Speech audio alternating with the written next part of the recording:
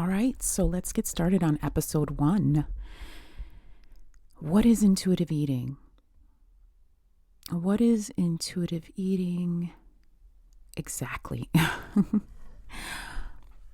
right, so if you listen to my intro episode 0, then you know my backstory and why I got started with intuitive eating in the first place. And it's like crazy to me that you even have to say getting started with intuitive eating, because we are born intuitive eaters. If we didn't have the messed up foundations as I had, where food was used as a punishment and a reward, I would have been an intuitive eater and just been fine eating intuitively, just eating regular like a normal person. But because I had this foundation that was screwed up, food was used as a punishment, and I would go to bed hungry. So I would hoard food and sneak food and eat food when I wasn't hungry, just to make sure that I was satisfied at night. But yeah, that's the crazy part about it, that intuitive eating has to even be called intuitive eating. It should just be eating, right? And you'll find that a lot of people that have healthy, and I say healthy in a loving way, healthy foundations when it comes to food, eat intuitively and just call it eating. So you'll notice that, but more so than not, you will find people are just dieters. People are constantly dieting, constantly eating according to what others think is good for them. But you're going to be different, right? You're on a new journey, a new path. You're going back to what you began with, to babyhood. So intuitive eating is basically eating according to the self, according to the body, and according to what you truly want, as opposed to a dieting lifestyle. It's nourishing yourself. It's filling yourself with good things that feel good when you eat it. And I think that's probably the biggest signifier of intuitive eating, is that you are eating what feels good for you within the moment. Now, when I say that, there's a lot of things that can make that twisted, especially when you're going back into intuitive eating. And the biggest thing that really messes that up is emotions. So one of the biggest problems that I find in the intuitive eating community is eating through emotions and thinking that eating while emotional is intuitive eating.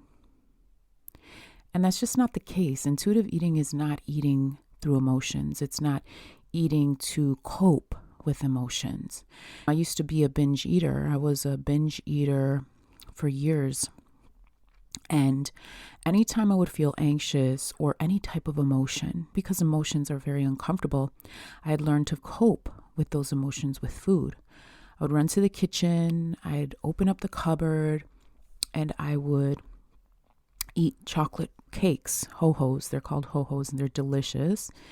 But they're just cakes filled with cream, and I would literally eat a box of it. And I think, 6 packs are in a box. So every time I would feel some kind of emotion, I would run to the kitchen to eat. I'd open the fridge and eat. And I knew that wasn't intuitive eating, because I knew I had a problem. When I was in my master's program, I found out I had binge eating disorder through studies. I went to school for therapy. I'd never moved into licensing. I decided to use it as a mental health coach rather than a therapist. So I'm not licensed, but I learned a lot about the disorder. And I knew that I had an issue. And I knew I was using food to cope. So when I decided to eat intuitively, I knew that those emotions were getting in the way of eating intuitively, and it would make it a challenge to eat intuitively.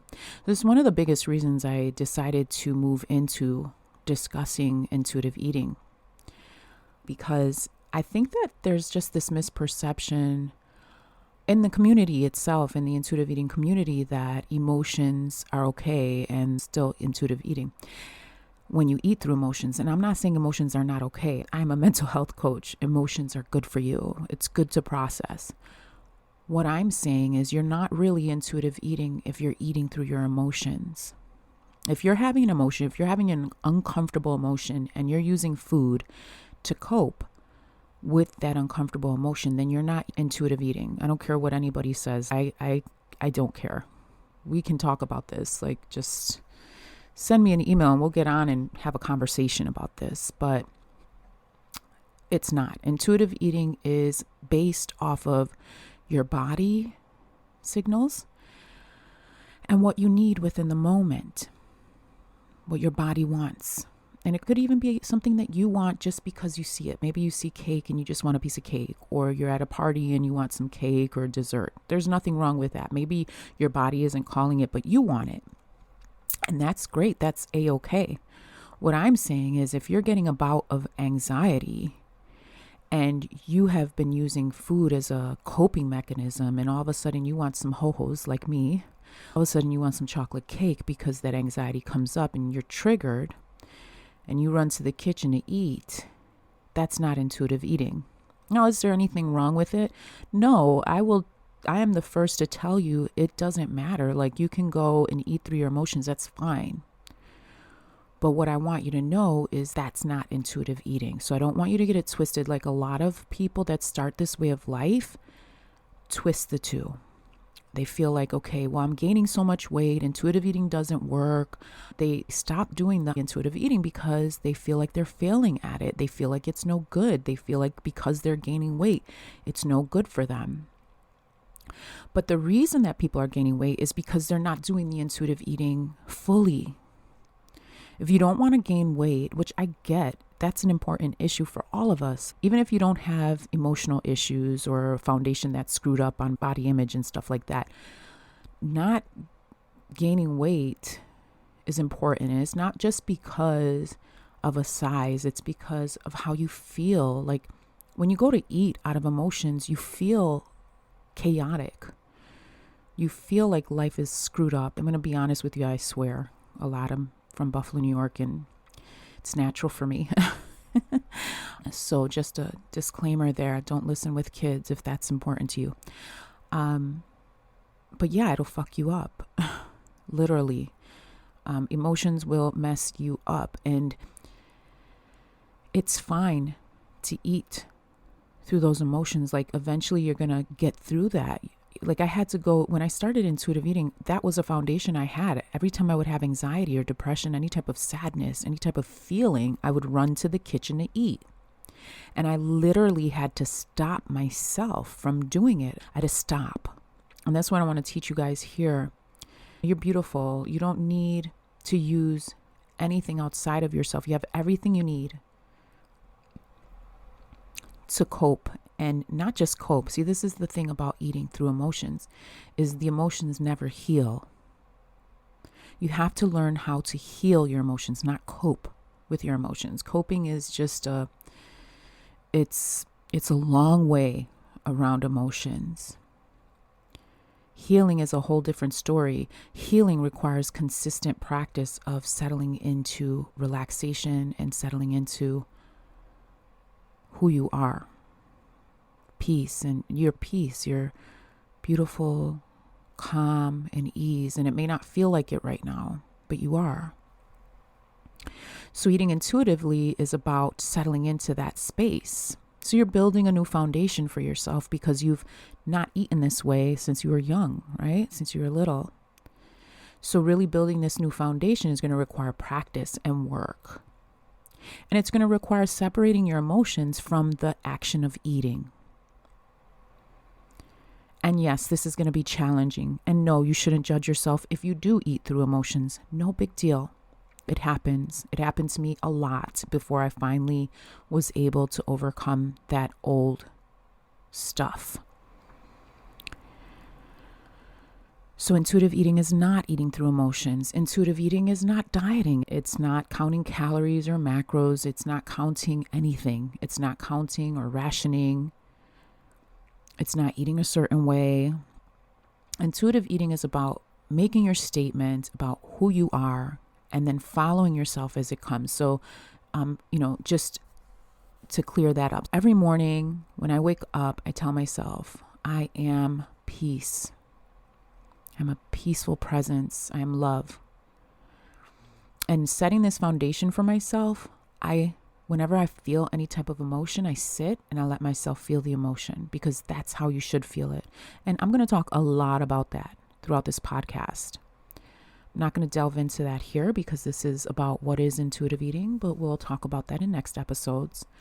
But it's making a statement for yourself and then following through, because the body will always satisfy you on what you want to achieve for yourself.